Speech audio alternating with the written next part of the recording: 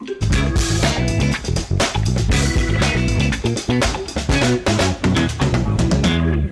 up, what up, what up? It's your boy Uriah with the hub of fantasy football and my co-host, Foley. Coming to you virtually. I know this is like a big change up, but we're just going to try this and see what's going on, at least for the preseason. Yeah. So I figured we would talk a little bit about the off-season shenanigans around the NFL and the coaching moves first. Look at that. I do have a sponsor. Hit me. It is the fan club of a certain quarterback that, a lot of people have dogged. I would never have dogged him. They doubted him. They said that some people thought he'd be good in New York, and he wasn't. And a lot of people just gave all kinds of crap. Now he is a Super Bowl champion, and this fan club wanted to sponsor our podcast just to shout him out. That is, of course, Drew Lock. Super Bowl champion Drew Lock. I think you have that confused. That may be your favorite, but I think I called this last year. I mean, yeah. Well, look, we'll get into that. But yes, Drew Lock. Shador Sanders. I hate that's a thing now, but whatever. I was being genuine about my Pro Bowl with Sam Darnold. Back when it held a certain dignity. That's what it was trash last year. I can't say anything. But I still think he would have been like in the 2000s, like 2005. He would have been a Pro Bowl quarterback this year and last year.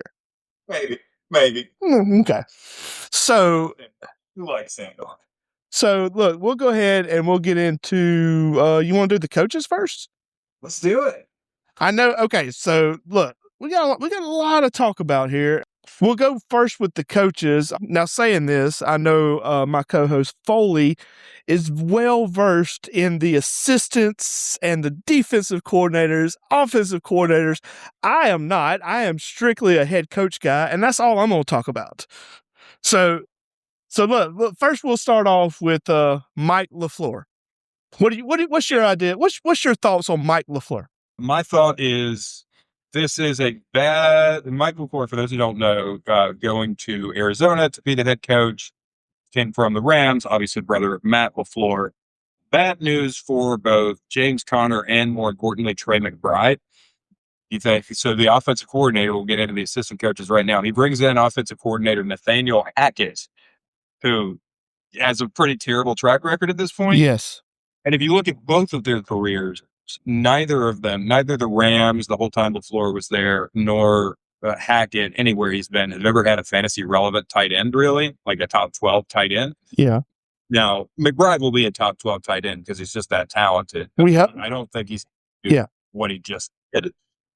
I don't think he's going to get the targets. I think there was never going to be a better situation than what he had with the way they were force feeding him in the old regime. But I think this is a downgrade for McBride. Well, he was the New York Jets offensive coordinator for a brief stint. And then, with the Rams. And I think his success with the Rams comes from Sean McVay, personally. I think it's just a lateral move, especially if, their needs aren't addressed. I mean, you got Jacoby. Is Jacoby a great quarterback? No. But I think if you put some decent weapons, including the offensive line around him, he would have a decent year again. NFL record holder, Jacoby Myers, most completed passes. Brissett. You said Myers? Excuse me. Yeah. Getting my former Patriots mixed up. Yes. Do you think they're going to stick with Jacoby this year? No, I'm afraid they're not, which we'll get into later on. But yeah, I think, man, it's once again, I think it's a bad organization doing bad things, but that's my opinion. Yeah. Let's agree. I like Mike LaFleur. Okay. I think he's fine. It's fine to give him a chance as head coach. I think Nathaniel Hackett is terrible and an idiot and does not belong anywhere in the NFL. I agree with that. Let's move on to Kevin Stefanski. I think this is a good move. I do too. Yeah, I like it. I think Stefanski is a pretty good coach, two-time coach of the year. How often do two-time coach of the years get? It happens, evidently. I know a fan at the show, super fan, James, did not like Stefanski. He really soured on him, and I understand why. But I do think Stefanski's a pretty good I, coach. I think he's decent. Well, I think he's above decent. I'd give him like a B if I rated him. But I mean, dude, he was the Browns. We'll get to that later. But oh man, I mean, Baker Mayfield used to play there. I mean, that's enough said, right?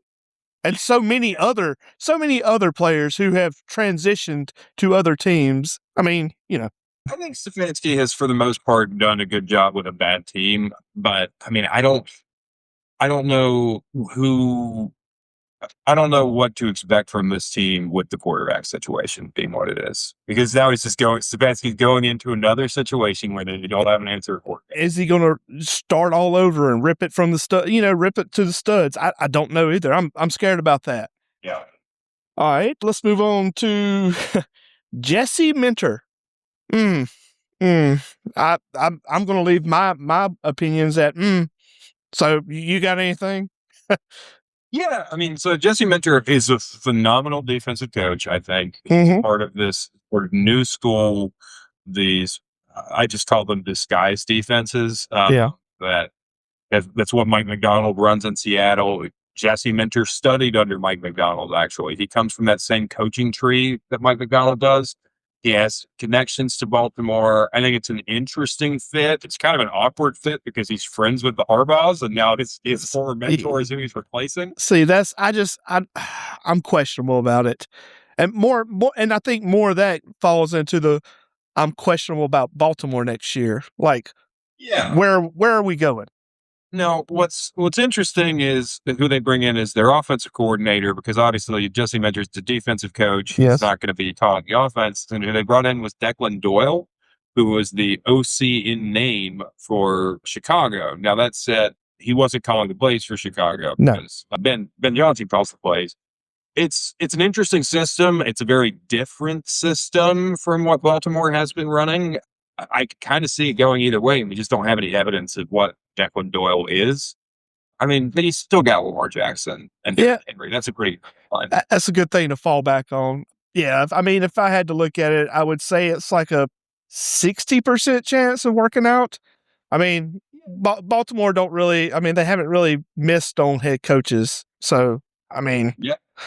Ooh, let's move. They're the opposite of Arizona. I'm interested in what you think about this one. Joe Brady.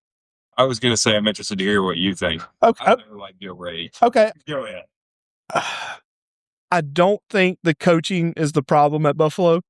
I think it's the general manager and owner situation. That being said, Joe Brady, once again, I think it's a lateral move, maybe even a dip.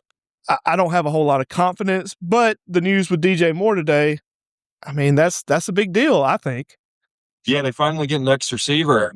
They've really needed a big body outside wide receiver ever since they let go of Stephon Diggs, and then it became a need, and then they traded for Marty Cooper, and he kind of filled the need, and then for what, 8 games or something?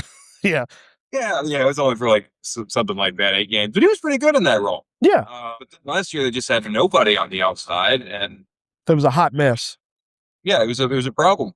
I've never cared for Joe Brady. I think he kind of made his name on the LSU offense that I could have also made my name on with those weapons.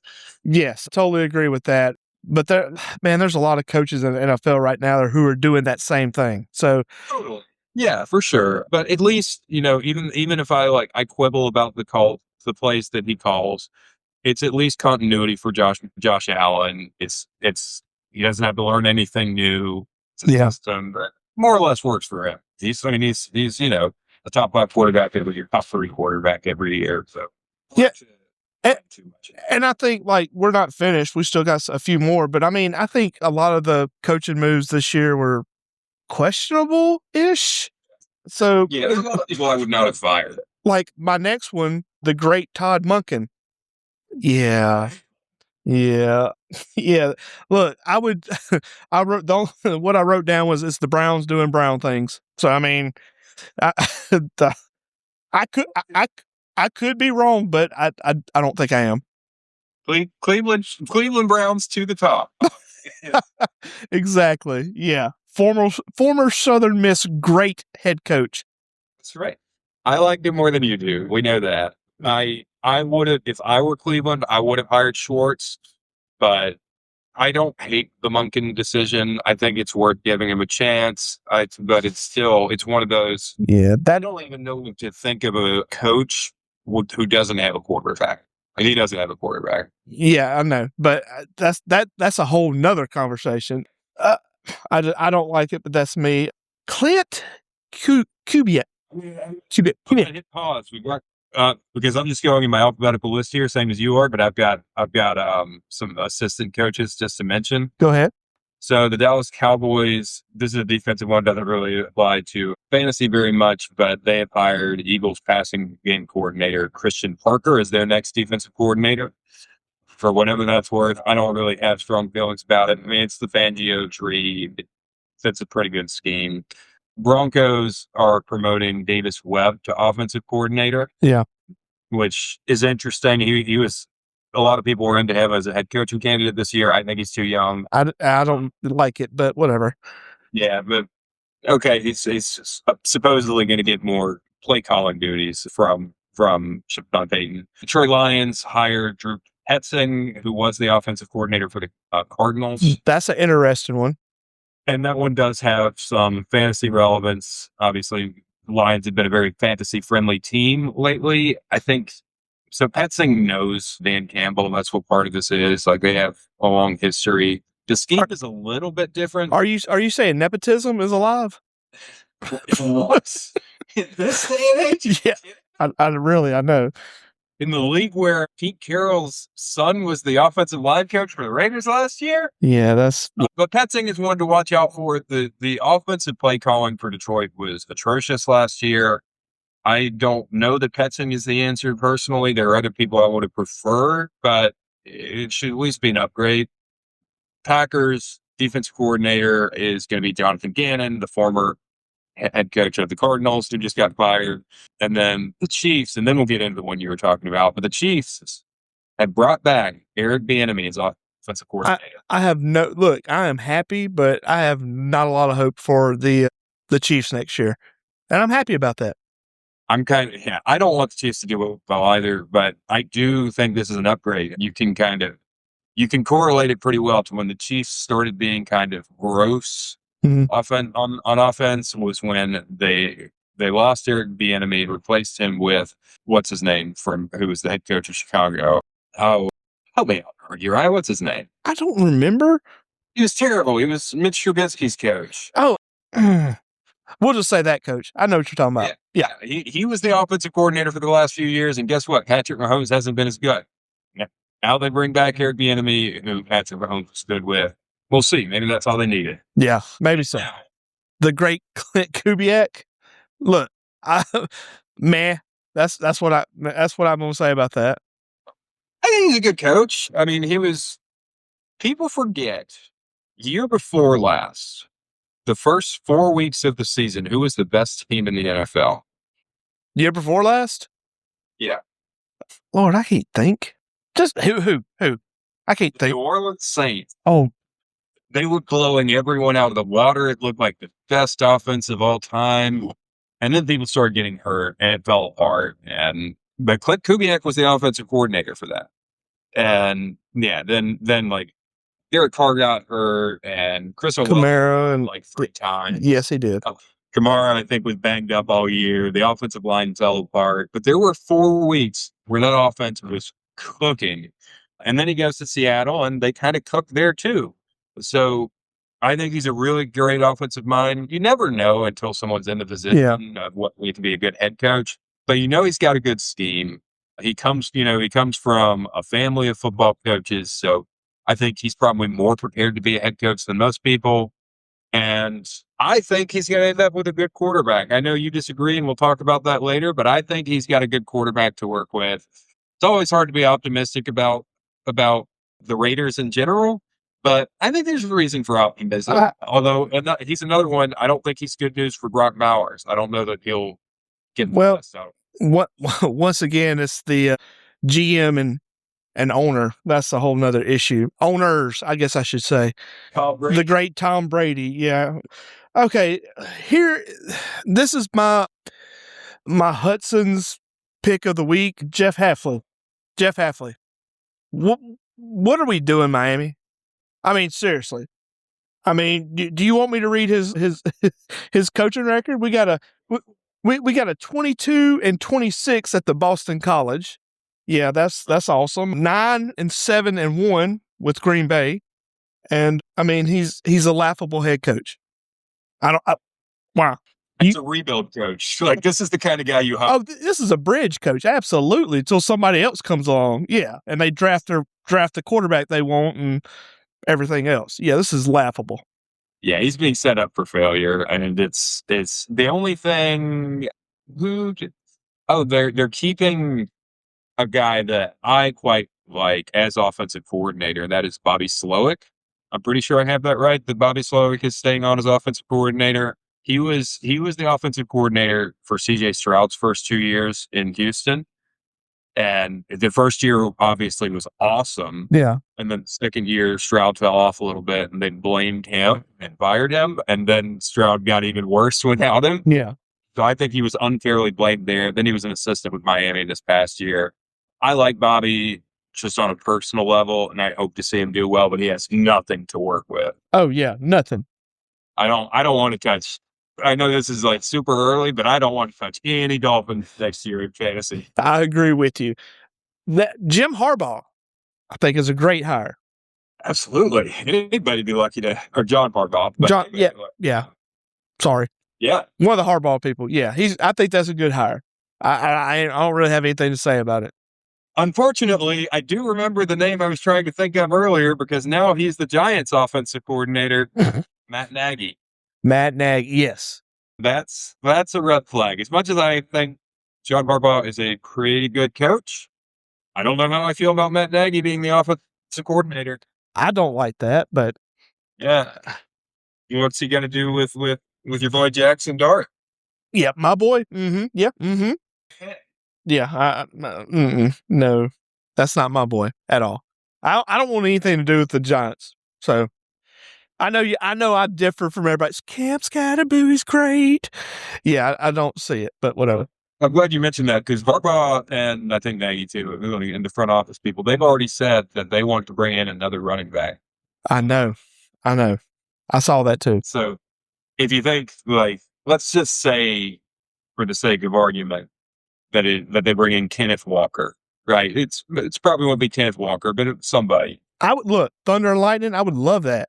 Love it. Here's the thing: you're forgetting somebody because Kenneth Walker, Cam Scatterboo, and Tyrone Tracy. See, I take Tyrone Tracy. Yeah. I won't touch that backfield if it's a 3 base. You know? Absolutely. Let's move on to Mike McCarthy. I think it's a good hire, but the whole personnel decisions, that's going to be an issue. Yeah. Yes. They fired Mike Tomlin and replaced him with Mike Tomlin. Yes. And you have maybe Aaron Rodgers, which that sounds great. Put that on paper. I mean, Mike McCarthy and Aaron Rodgers, woo! This in 2005. I mean, we're a bit ways from that. Gosh, I guess it's been more than 10 years since they won a Super Bowl together. Yeah, exactly. We're getting old. Yeah, I do think this is good news for DK Metcalf, who, I'm not a big DK fan. Yeah. I think Mike McCarthy can be good for DK Metcalf. So at least there's that. But yeah, we'll see if Aaron Rodgers comes back. I would guess Rodgers does not come back personally. Yeah. But I could be wrong. I hope they give Will Howard a shot. That's just me. But anyway. You like Will Howard. I don't. I don't like any quarterback. I know you don't. With Pittsburgh right now. I get that. Which we'll dive into that kind of stuff in a little bit.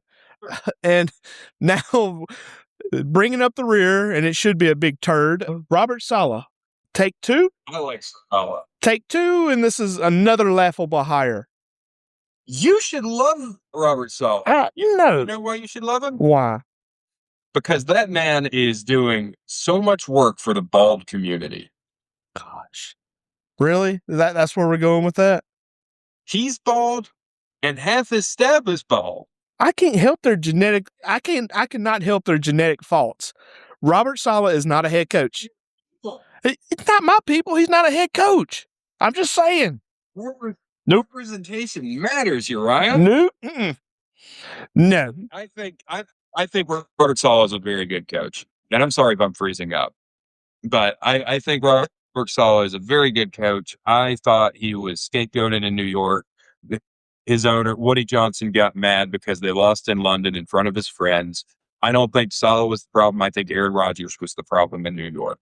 Yeah. Rodgers insisted on bringing in Nathaniel Hackett as offensive coordinator, who we've already talked about. He insisted on bringing all his friends, Alan Lazard and Randall Cobb. These are the people that were supposed to be the saviors of the Jets. I don't blame him for anything that went wrong there. But I also just as far as how it impacts fantasy, Brian Daboll is the offensive coordinator. Whatever about him as a head coach, I do think he's a good offensive. I agree with that. But I think it's a positive move for Cam Lord, even though I'm not crazy about Cam Lord. I think this is good for him. Someone like Tamari DK, I think that's good for him. It's a good move for fantasy, I think. Okay. So now, here we get into the meat and potatoes of this podcast. Go ahead.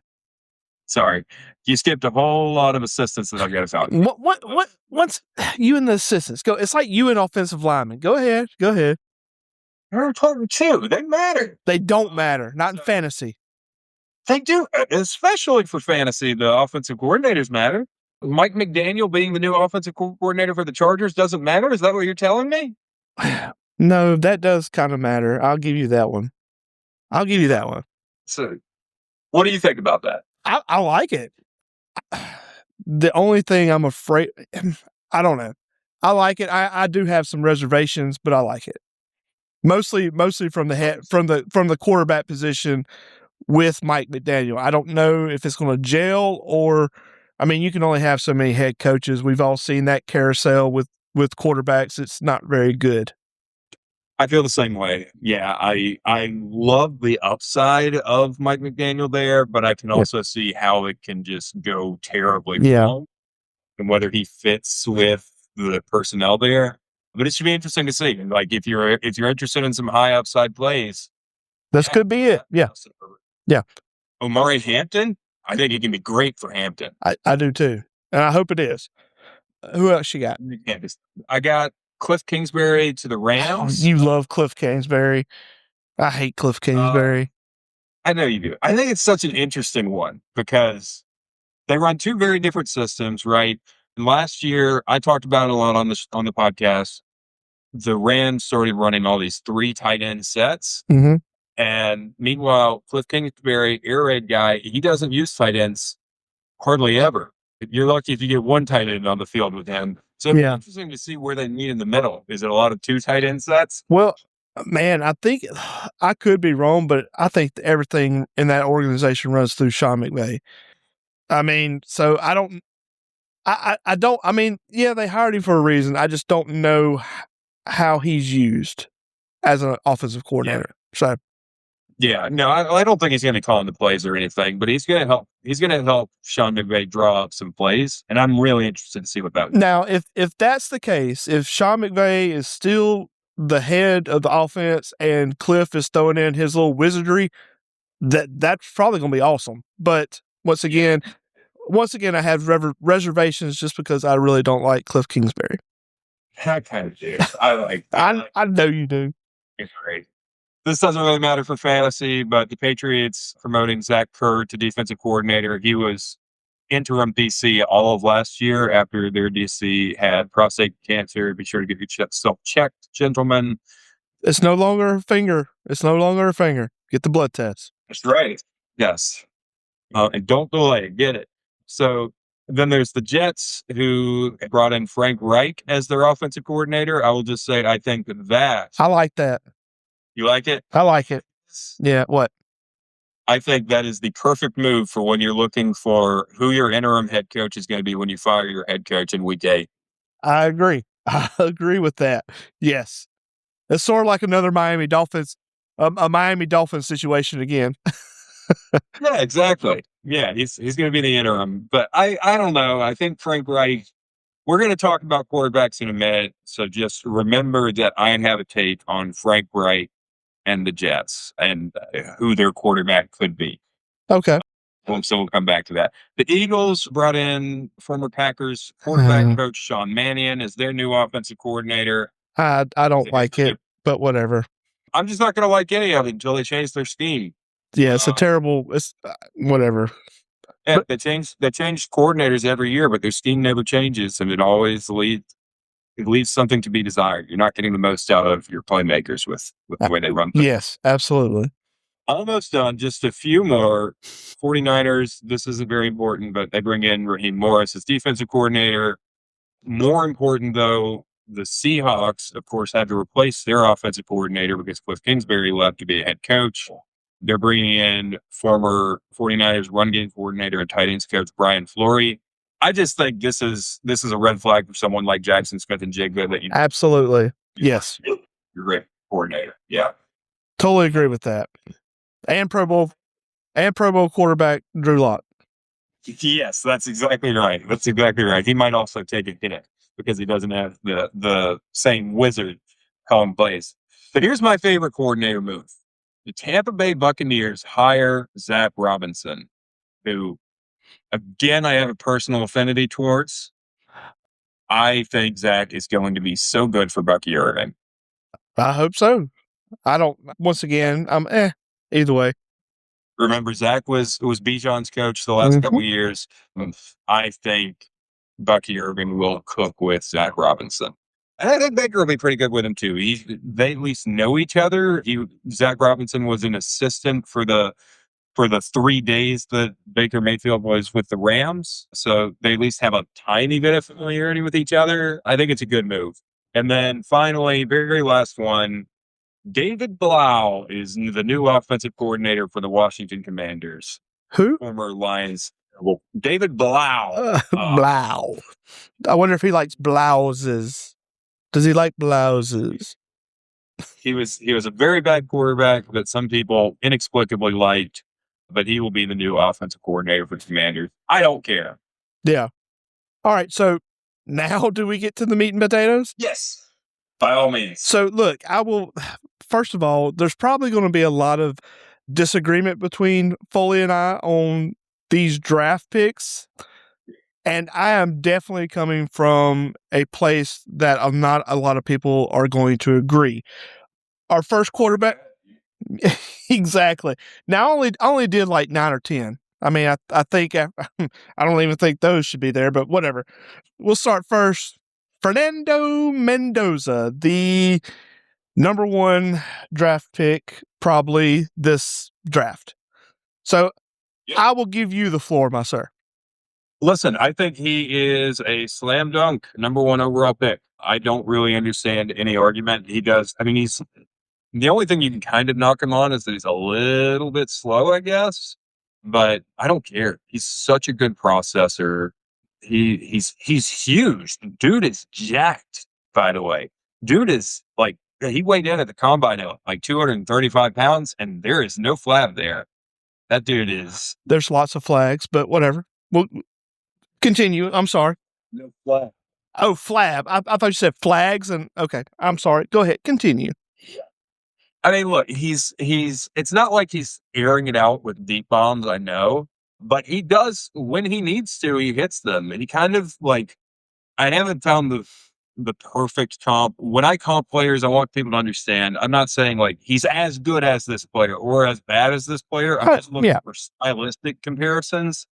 And Joe Burrow is kind of who I compare him to stylistically. Again, I don't know whether it'll be talent-wise that, but stylistically, I think they are very similar. With one difference, I think that Fernando Mendoza is better at getting rid of the ball than Joe Burrow is. Interesting. Okay. So are you finish with your affinity for Mendoza? Tell me what you don't like. Okay. So once again, I watch college football. I pay close attention. So I'll just go over stats. And I believe watching a player in college is ultimately going to give you the best picture. We'll go 2023, 63% at Cal, 14 touchdowns, 10 interceptions. Not great. We'll move 2024. He had 68%, 16 touchdowns, and 6 INTs. Move on to this year, which for some reason everybody will only pay attention to this year, but whatever. He was 72%, which was the top of all the quarterbacks. 41 TDs, 6 interceptions.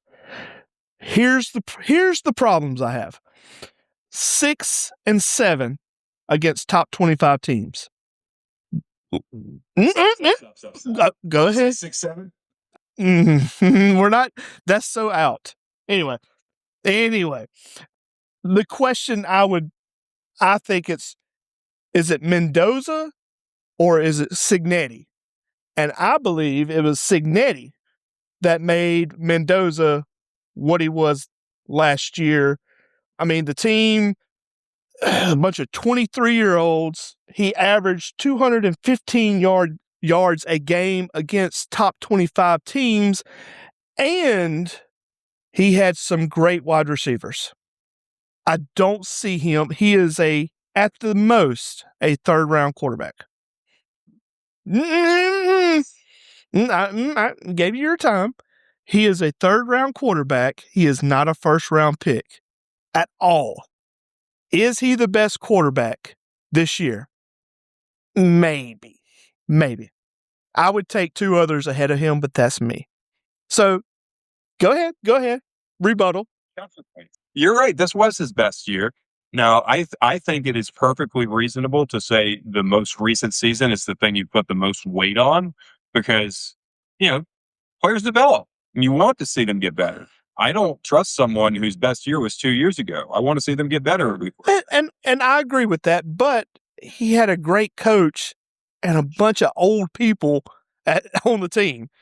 Sure, I get that, and that's valid, and I agree. Cignetti had a good scheme, but I don't think this is a situation where I've talked so much in the past about someone like Jackson Dart, who I did like.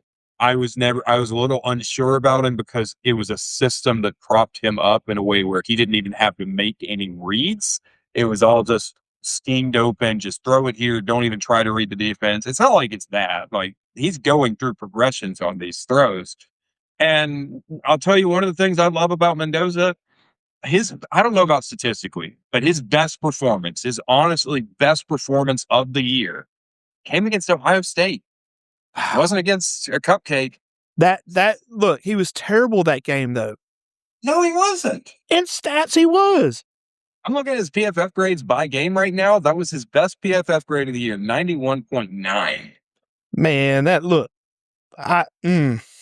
keep talking. I'll tell you what he did. He was great. This guy, again, he's not the fastest in the world. He's not throwing bombs out there, but he just keeps the chains moving. Ohio State, 222 yards, 1 touchdown, 1 interception. Mm-hmm. They did enough against the best defense in the NFL. So what's your best? Again, I didn't say statistically. I just said what he went out there and did. Mm-hmm. I thought that was his. And you know what it reminded me of? It reminded me of the last college football game or college football championship that I watched before I stopped really paying attention to college football. Deshaun Watson against Alabama. Oh, no. There's no way. Okay. We're going to disagree on this one. I would say, to me, you just called him with that stat line against Ohio State. What was the quarterback for the Ravens who won the Super Bowl? Joe Flacco? He's Joe Flacco. Dilfer? He is Trent Dilfer. That's my comparable. He's so much better. I think he's great. He's going to be, if you're someone running a Shanahan scheme like Clint Kubiak does, he's going to be such a good, all you really need him to be is a game manager, and he's going to be great at that. But if you were also to throw him into a scheme where you need to ask him to just be a really high volume passer, he can do that also. I think the best thing they could do, the Raiders, is trade down and gather picks for next year to get your real quarterback. Let me ask you this. Pretend you haven't seen any of the player I'm about to name, any of his NFL career, right? It's just going as a prospect, what you Okay. in college. Okay. If Nando Mendoza and Cam Ward were in the same draft class, who would you take? Man. I'm going to contradict myself on this. I would say Mendoza. But the only reason I would say Mendoza is because he was better his senior season than Cam Ward. But saying that, I don't like Cam Ward. Here's a comparable. This is a comparable, and this I think is very fair. Fernando Mendoza for fantasy next year or Bryce Young? Fernando Mendoza. Over Bryce Young? Yes. Wow. Okay. We disagree. We'll move on to the next one. Just real quick, especially if the Raiders with their second round pick can get Omar Cooper or even Elijah Surratt, I would be all over Mendoza. We'll get to anyway. We'll move on. Ty Simpson. Hate him too. You want to move on, or do you need anything for him? Yeah, I mean, we should talk about him and talk about why we hate him. He's not my 13th ranked quarterback. Where do you have him? Definitely outside top 10. 13 is probably fair. I would take the new what is it, North Dakota State quarterback over him? Yeah, we'll be talking about him, believe me. So here's the thing about, just so everyone knows how I assess quarterbacks. One thing, like Foley's here, every year we put more weight on just how many games have you played. Yeah. Bill Parcells used to say he wouldn't even look at a quarterback who hadn't started 30 games in college. And there was a period like 5 years ago where people would really laugh at that old Bill Parcells line. Oh, that's so old. It makes sense. It makes total sense. And I think it's been proven right when we look at people like Bo Nix or Brock Purdy and what they've been able to do. Don't you talk about Brock Purdy. Don't you talk about Brock Purdy. I'm sorry, I meant to say Mac Jones. He has proven him. Anyway, go ahead. But like, there's something to be, it gives you a better floor if you've just played a lot of games. And you look at the flip side, someone like Trey Lance or Zach Wilson or Anthony Richardson, these guys who have not played hardly any college football and are trash. Any one of those guys still, like Anthony Richardson, could still be great. No. Nope. But here's the thing. You got to be able to sit through his development on the field. Like, he can't just develop on the sideline. He's got to get live reps, and you just can't sit through it. That was the whole thing with Trey Lance, is who has the patience to go through the terribleness. That was Sam Darnold too, right? Like, Sam Darnold didn't start a ton of games in college. Yeah. Bad in the Jets, and it took him all these years just to turn out to be good. But I just don't have the patience for that. You're going to run through his rookie contract, and he's going to go be good for someone else if he's going to be good at all. Yeah. I don't see any, like, yes, Ty Simpson has upside, and what some people will point out is that he was great at the beginning of the year. And he got hurt. And he was bad the rest of the year. Yeah. I can't take the risk. You played at a powerhouse. I don't care what anybody say. Alabama's a powerhouse. Even with a different coach, 28 touchdowns, and you had phenomenal wide receivers, and you scored 28 touchdowns in a year. That's ridiculous. His greatest game was, he averaged like 250 yards and 2 TDs. So you can go with that. Yeah. And I mean, 536 yards were on screen passes, by the way. Yeah, because you had a great line and good run. But anyway, we'll move on from here. Now, here is my diamond in the rough. Garrett Nussmeier. I had the same problem with him that I had with Ty Simpson. Oh no! I'm not going to say you're wrong. I just think he has. I think he has a lot of potential. Yes, he did get hurt last year, but he didn't play when he was hurt. Ty Simpson was hurt but played games. Yeah, okay. Mm-hmm. Sure. Again, it's this lack of experience. He just hasn't started enough games. I think he did great. 2024, he had huge games against good teams and did not have great. I mean, he had one good wide receiver and a good tight end. I mean, he had a 4,000-yard season in 2024. I get it. Like, I understand. I can understand why someone can talk themselves into Nussmeier. But again, for me, it just comes down to the lack of snaps. I mean, you think about it. He's played fewer games in his college career than Bryce Young has in his NFL career at this point. I get it. Yeah. But people still haven't made up their mind on whether Bryce Young can even be a starting quarterback, right? Because the sample size is still not big enough. I just don't think when there's enough sample size on Nussmeier, he has a good deep ball when he throws it deep, but he didn't do that enough for me to feel sure that was a regular thing. I think he was bad under pressure. Like this year, his greatest wide receiver was Barry Brown. Give me a break. I mean, you can't. Nobody. Dan Marino could in his prime couldn't throw deep balls to him because the guy couldn't catch it and run a route. So I don't know. I look at Simpson and Nussmeier are very similarly. Let me see where I don't even know. I've got Nussmeier as the 19th overall quarterback. Absolutely not. But again, that's me just essentially saying I'm not touching someone who hasn't started 30 games. Now, let me also say this. I think a lot of the conversation will be moot, or however you say it, because of where they go and the opportunity they have. One of the things about Mendoza, he's going to the Raiders. It's not a good team. He's not going to flourish. Even if he was the greatest quarterback, he's probably not going to flourish there. I don't think he's the greatest quarterback, but this is all going to come down to where people go and what opportunity they have. Sure. And here's the thing, as we talk through these quarterbacks, understand there are a lot of desperate teams, and Ty Simpson could end up being a first-round pick just because there are desperate teams who need a quarterback. And that GM and coach need to be fired. If that's, I mean, I can see the Steelers taking Ty Simpson. Oh, my Lord. If Aaron Rodgers doesn't come back? Ty Simpson or Cam Ward. Cam Ward. Absolutely. Let's move on because I don't really think there's much else to talk about that. I'm interested in your position on this, Carson Beck. I think Carson Beck is a great backup. I'll give you a backup. Yeah. He played with some great offensive teams. Yeah. And a great tight end. Yeah. I mean, let's call a spade a spade. I could have thrown to Brock Bowers. You see what I'm saying? I mean, he's not all that. And he played with the Philadelphia Eagles defensive line?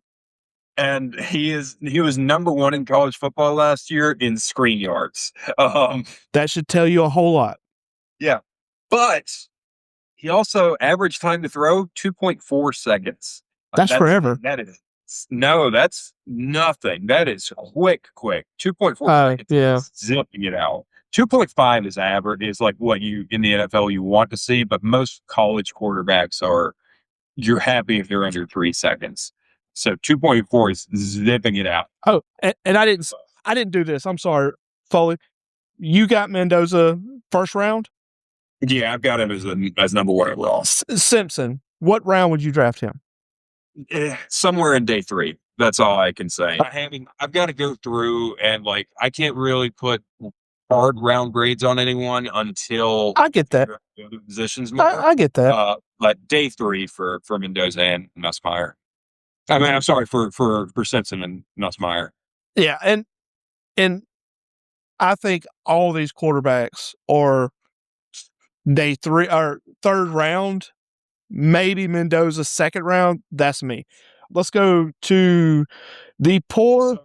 Just so I say it out loud, Beck is somewhere on day 2 for me, so probably the third round. So day 3 is round 4. I get that.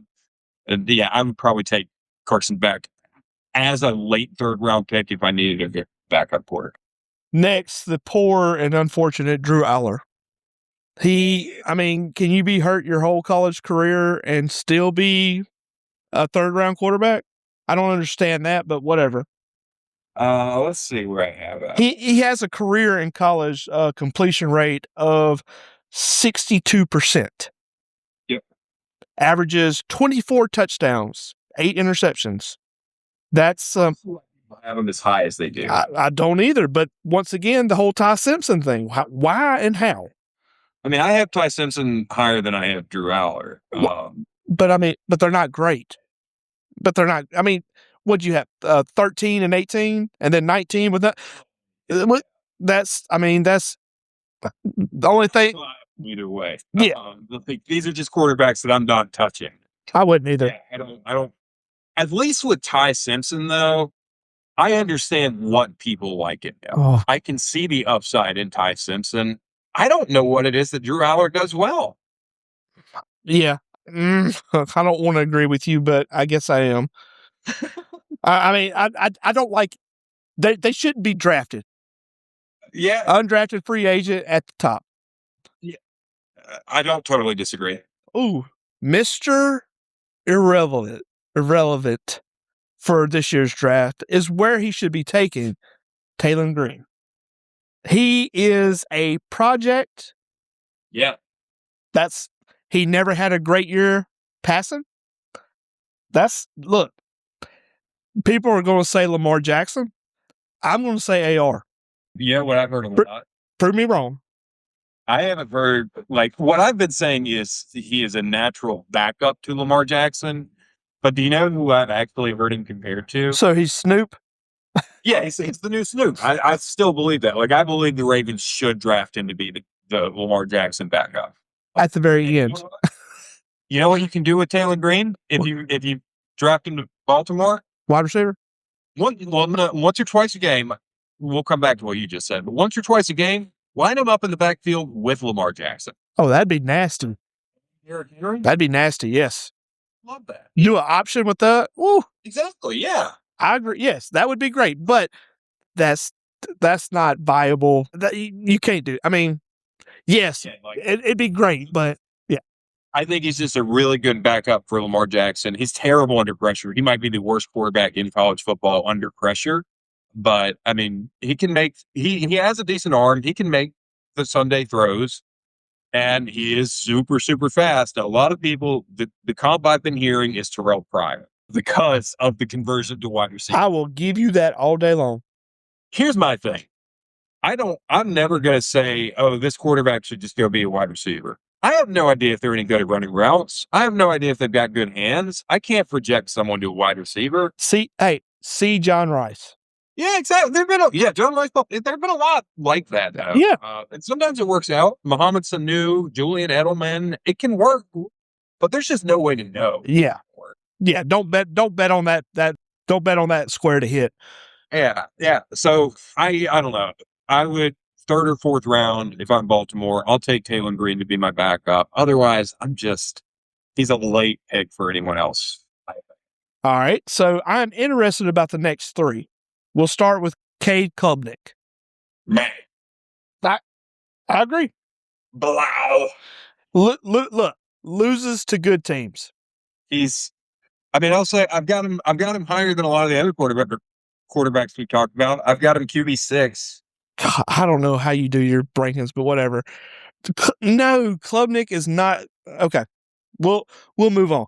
Nussmeier? Yeah, I would take Ty Simpson over Cade Klubnik. Klubnik started more games. I'm telling you, that really has become a part of it, and I just won't touch the people. Yeah, he played for the ACC and averaged about 20 touchdowns a year. Come on.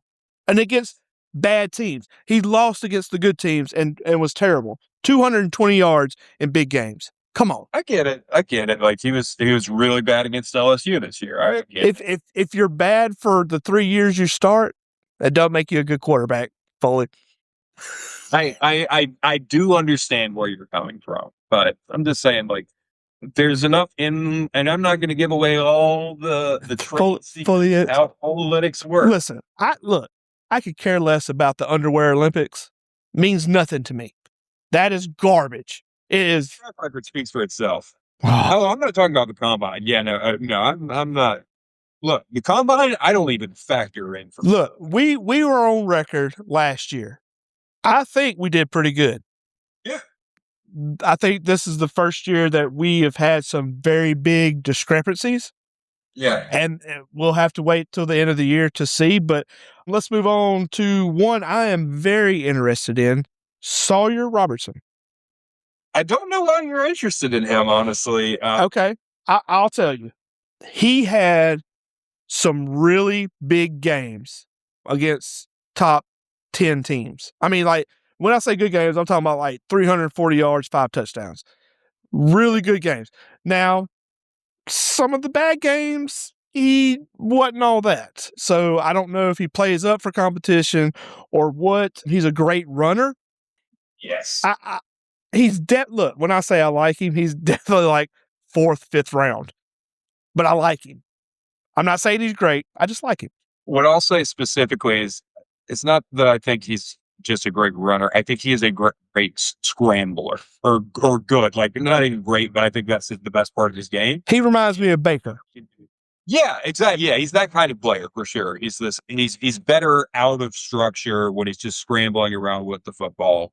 But once again, the problem you're going to have is your draft where Baker was 1.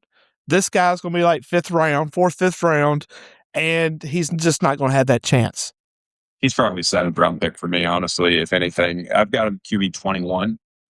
I don't like him. Like, I think that the best part of his game, and just something I want our listeners to understand, I'm giving the overall ranking, but I also have separate rankings based on offensive scheme and what you want to do in different systems.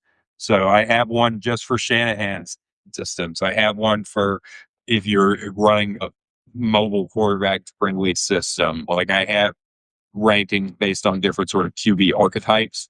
But for this exercise, I'm giving the overall, which sort of averages out how they are across those different systems. Yeah, I get it.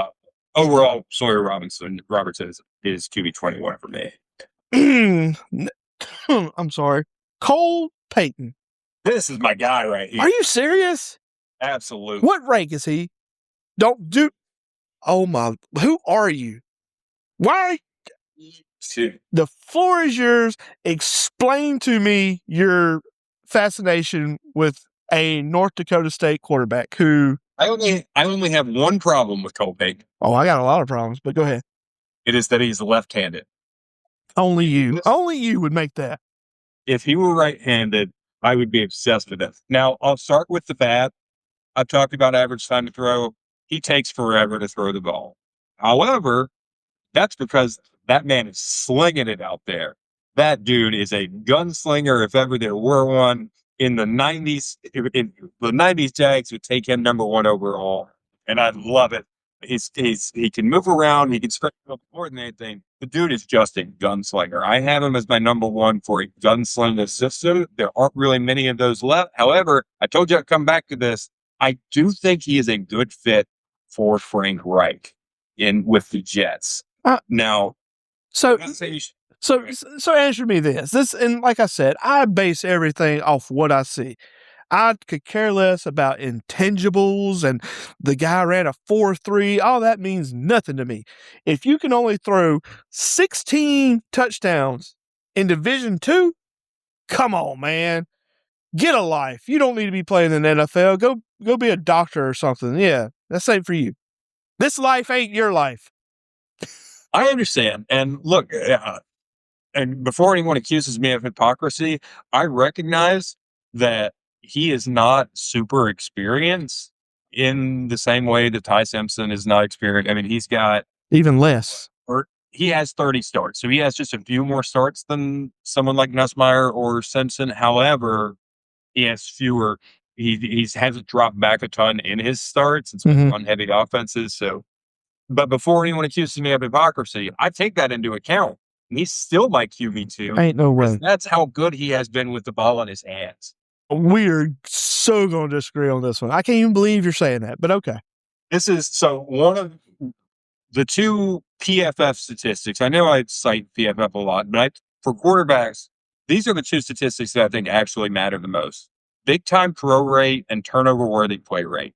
So big time throw these are the passes where you are really chucking it downfield and making a huge difference in the play. Okay, I'll give you that. But on that, listen, I'll give you that. But if you go back and you look, almost more than half those wide receivers were wide open. It's just like playing backyard football. It wasn't nothing like dime. Well, I do love his wide receiver too, but that could have been double covered some of these times. Whatever. Red basket, baby. But let me finish that. Go ahead. That's what a big time throw rate is. Turnover worthy play rate is the opposite. It's when, regardless of whether it gets intercepted or not, did you throw it at the defense? And a really good quarterback, like let's just say Josh Allen, he'll have like a 6% big time throw rate and a 3% turnover worthy play rate. Here's Cole Payton's numbers. And I know competition, whatever, but this tries to take out the competition and just look at what he did. Big time throw rate of 11.3%, turnover worthy play rate of 2%. The dude manages to, he's awesome. He'll be in. Again, I understand competition. More likely than not, it's not going to work out. Where Uriah and I do agree is this is just not a good quarterback class. So that's part of why I'm as hyped on him as I am. He'll be out of the NFL in 2 years. Probably. You're probably right. I don't like any of these quarterbacks. I think it's more likely than not that Cole Payton doesn't work out. But what I will say is outside of Fernando Mendoza, he's the only one I even want to see on the football field this year. Not that I think he should be a day one starter, but I would love to see someone draft him on day 2 and at some point this year, trot him out there and see what they've got. So the one thing I want to say, first I'll address the underwear Olympics. There's only been one quarterback who ran fast and was relevant in the last, I think, since the combine started. That was Russell Wilson with a 4.5. He's been the only person that was even close, and everybody else is higher. And this is my caveat with the whole thing. The only way any of these QBs prosper is if they get drafted by a team with a good running back and a good defense. So if they got drafted to a team with maybe Breece Hall in the backfield? Who's the defense? Yeah, the defense is okay. That's what I'm saying. I want to see Cole Payton go to the Jets. Interesting. All right, so here's the fun part. This is where we get into the whole fantasy. Everything else has been kind of he said, she said. Malik Willis.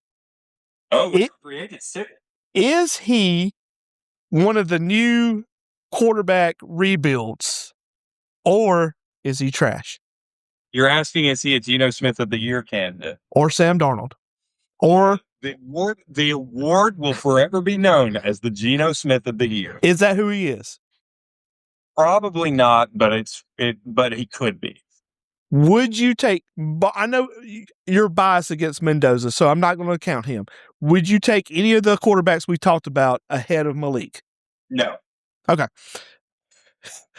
I'm not even going to talk about this. I'll leave it to you. Kyler Murray.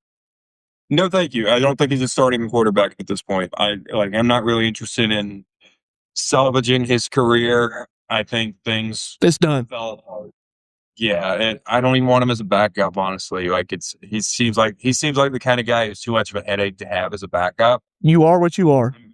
Yeah, it's kind of like having Russell Wilson as your backup. It's just there's too much personality there that it doesn't work for me, and I don't trust him as my starter. He's too different stylistically from everyone else. You have to tailor your offense to this guy too. He's even worse than tailoring it for Lamar Jackson. Yeah, absolutely. Like you couldn't take him and put him on the Ravens without Lamar Jackson, and it'd be a disaster. Yeah, I'm gonna throw both these out because they're about the same. Aaron Rodgers, Kirk Cousins. Would you take any of the quarterbacks we talked about ahead of those guys? Ooh, yes. Who? Well, are you asking just for 1 year or like as an investment? We'll just say just down the line. We're not franchise or anything. I would certainly take Cole Payton ahead of either of them. And I mean, I'd go so far down, honestly, as take, unless I'm a contender trying to win a Super Bowl this year and I don't have a quarterback, which I can't think of, I mean, that's really only describing Pittsburgh. what are you getting out of Rodgers or Kirk Cousins? Nothing. They're probably not going to get you a Super Bowl. I would take it on those two. It would be like, hey, mentor Garrett Nussmeier, mentor Carson Beck for a while, and after the third game, they're starting. I agree. Like, yeah, I would like both. I would like one of those veteran guys, particularly in that sense, probably Kirk Cousins. Yeah. Yeah. And a rookie that can learn from this vet. All right. I agree. Daniel Jones, Danny Dimes. Would you take any of the quarterbacks ahead of Danny Dimes? No. Other than Mendoza. We've said this is excluding Mendoza. Yes, excluding Mendoza, because I think me and you differ so much that I'm just taking him out of the thing. This is interesting. Tua or Mac Jones? Would you take any of those franchise-wise ahead of Tua or Mac Jones? This is take Cole Payton over Tua. Really? Another lefty. I would take Cole Payton over Tua. I don't even know you. I wouldn't, again, like, I'm out on Ty Simpson and Garrett Nussmeier, but I wouldn't blame anyone for taking them over Tua. Mac Jones, I would take over any of them. Wow. I'm opposite. Give me Tua and just forget Mac Jones. I don't even know who that guy is. He's Brock Purdy. Whatever. The West Coast Brock Purdy. Mac Jones, I think, is another legitimate. I think he's probably going to stay in San Francisco, but if they do trade him, he is a legitimate Geno Smith of the Year candidate. He can have that sort of. You think he's a comeback? Yeah, exactly. Okay. He can have him come back. I don't see it for Tua. I mean, the brain injuries alone keep me from. All right, and the last one I would just ask you about is Jacoby. Would you take any of those ahead of Jacoby Brissett? I think this is relevant, especially for fantasy. It's the same answer as Kirk Cousins, right? Like, I would like both. I would like a rookie and Jacoby. Yeah. Jacoby's getting old. I like Jacoby a lot. I wish he had more chances in the NFL than he has had, but he's getting old. Started for a year, let him mentor another, just like he mentored Drake May. He was a great mentor for Drake. So now Drake May. Okay, I get you. Brissett built Drake May. That's right. No, no. But anyway, so that is all I got. What you got? One more free agent quarterback that some people were talking about. Jimmy Garoppolo. Oh, really? No. I have heard that there are NFL teams. You got your ears on the ground? That's right. Specifically, Arizona is a team that I have heard might be interested in Jimmy Garoppolo. Dude, what? Look, I would love for them to hire both of us and just let us go at it and just build a great team, because what these people are doing is sad. Again, my track record, especially with draft evaluations, I have a really strong track record of being able to do this. And the last thing I'll just explain about Analytics and how it works is I don't think you should take it as a literal ranking. What it's really good at doing is saying, hey, this guy that everyone loves, there are some huge problems with his game that mean it's probably not going to work out for him. And when the rest of the world has someone like Cole Payton ranked pretty low, and I like that. It's not that he's literally going to be the second one in the draft, but it is saying his negatives are less than his positives. Yeah. Also, just like, hey, this guy's really flying under the radar, and you should look at him. You should figure out how. It's just it's flagging potential. And that's why I like someone like Jackson Smith and Jigba, who, I mean, he wasn't totally under the radar for anybody, but I was higher on JSN than most people. I can go any position and say, oh, well, look, we're going to go through all of them. So I got nothing else. What, you got anything else to end us out? No, I don't think so. It's off-season, and honestly, this is as much fun for me as the regular season. Just watching how teams try to figure out how they're going to go into next year. Oh, one more thing before we go, if you're interested. You want to do like a mock draft of the top 10? I can share my screen. Sure, whatever you want to do. Let's do it. That's part of the reason I thought it'd be fun to do this on Zoom, so I could share my screen and do this. So we're just going to go. And again, I haven't figured out all of my rankings yet. Any second now. There we go. You can see my screen okay. Gotcha. We're going to go the top 10 here. Oh, okay. Oh, goodness. I'm going to do bad on this. Let's see. So the Las Vegas Raiders. Who are they picking? Are you going to let them take Fernando Mendoza? Man, I don't care. I care less on this. Anything. What if we do odds and evens? I'll take odds, you take even. That sounds great. Just so I can let the Raiders take the beautiful Fernando Mendoza, number 1 overall. And if you need any help, there is a little thing up here. I don't know if you can see it. I see it. Needs, but yeah, and just tell me if you want me to switch to any particular. Give me Sonny Styles. I love it. He's great. I agree with you on that. I love Sonny Styles. All right, the Cardinals. You better get them an offensive lineman. Do what? I say you better get them an offensive lineman. That's what I'm thinking. Yeah, they have Francis Noah ranked number 1. I like Spencer Fano more. I'm going to give them Spencer Fano a tackle. Let's see. The New York Giants. Lord, they need all kind of help. Oh, the Titans. Oh, Lord, they need even more help. Listen, I'm going to throw a curveball because I like him. Give me Jeremiah Love. Give me Love. He's yours. I like Love. Look.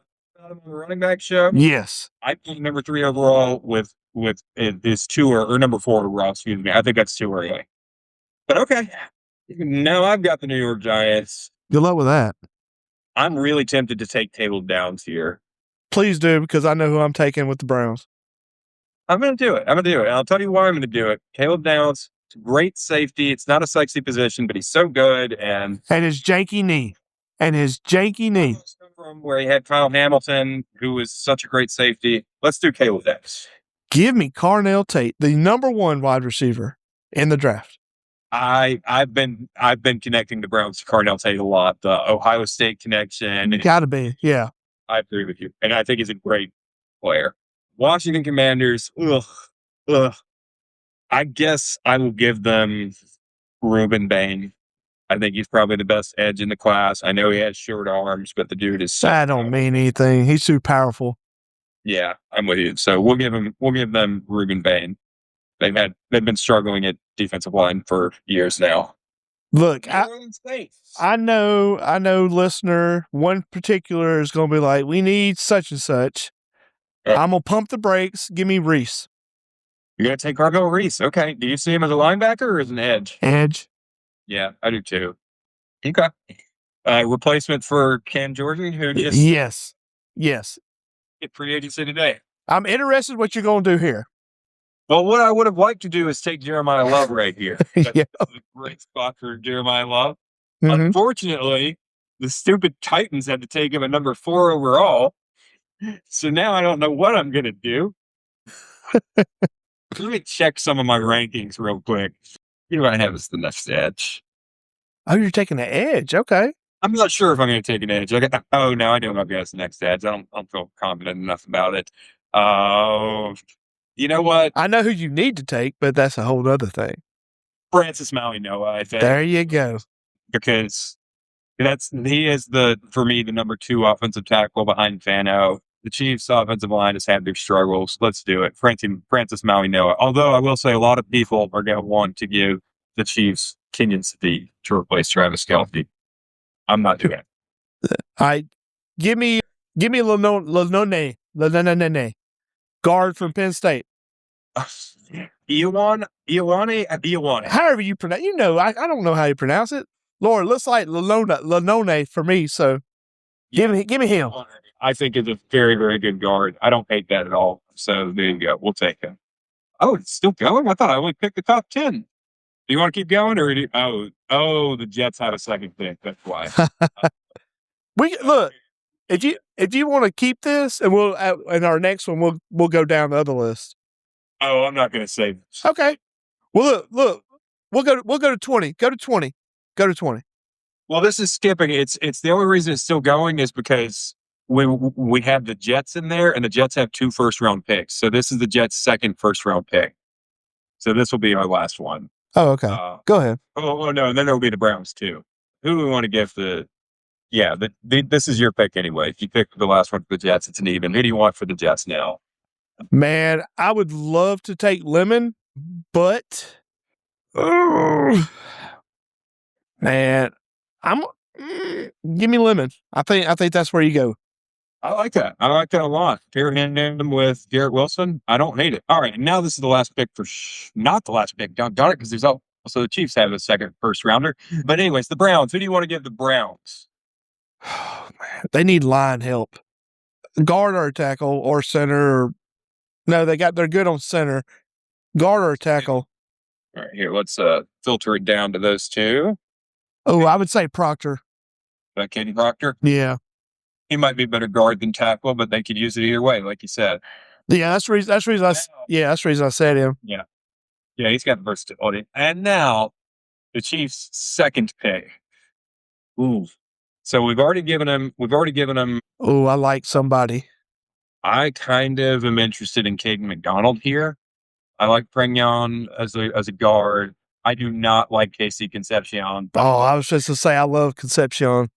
We'll talk about him on the wide receiver show. I don't like him. He can't catch balls. I know he's fast. I know he's a good route runner. He just can't catch the football, and that's out on him for that reason. I'm going to go Caden McDonald. He is a really safe player. He's going to be a good interior defensive lineman. I think they can use that. But I am tempted by Emmanuel Pregnon and just really shoring up that offensive line. But we'll go McDonald and call that a draft. And here we go. It's going to give us the overall first round. There you go.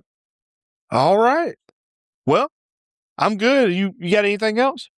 That's it for me, boss. All right. Well, let us know if you enjoyed this format. Absolutely. Let us know, and we'll get back with you with probably running backs? Yeah, I think so. We might even be able to knock out running backs, wide receivers, tight ends all at once. That'll work. We'll see you guys later. Later, guys. Goodbye.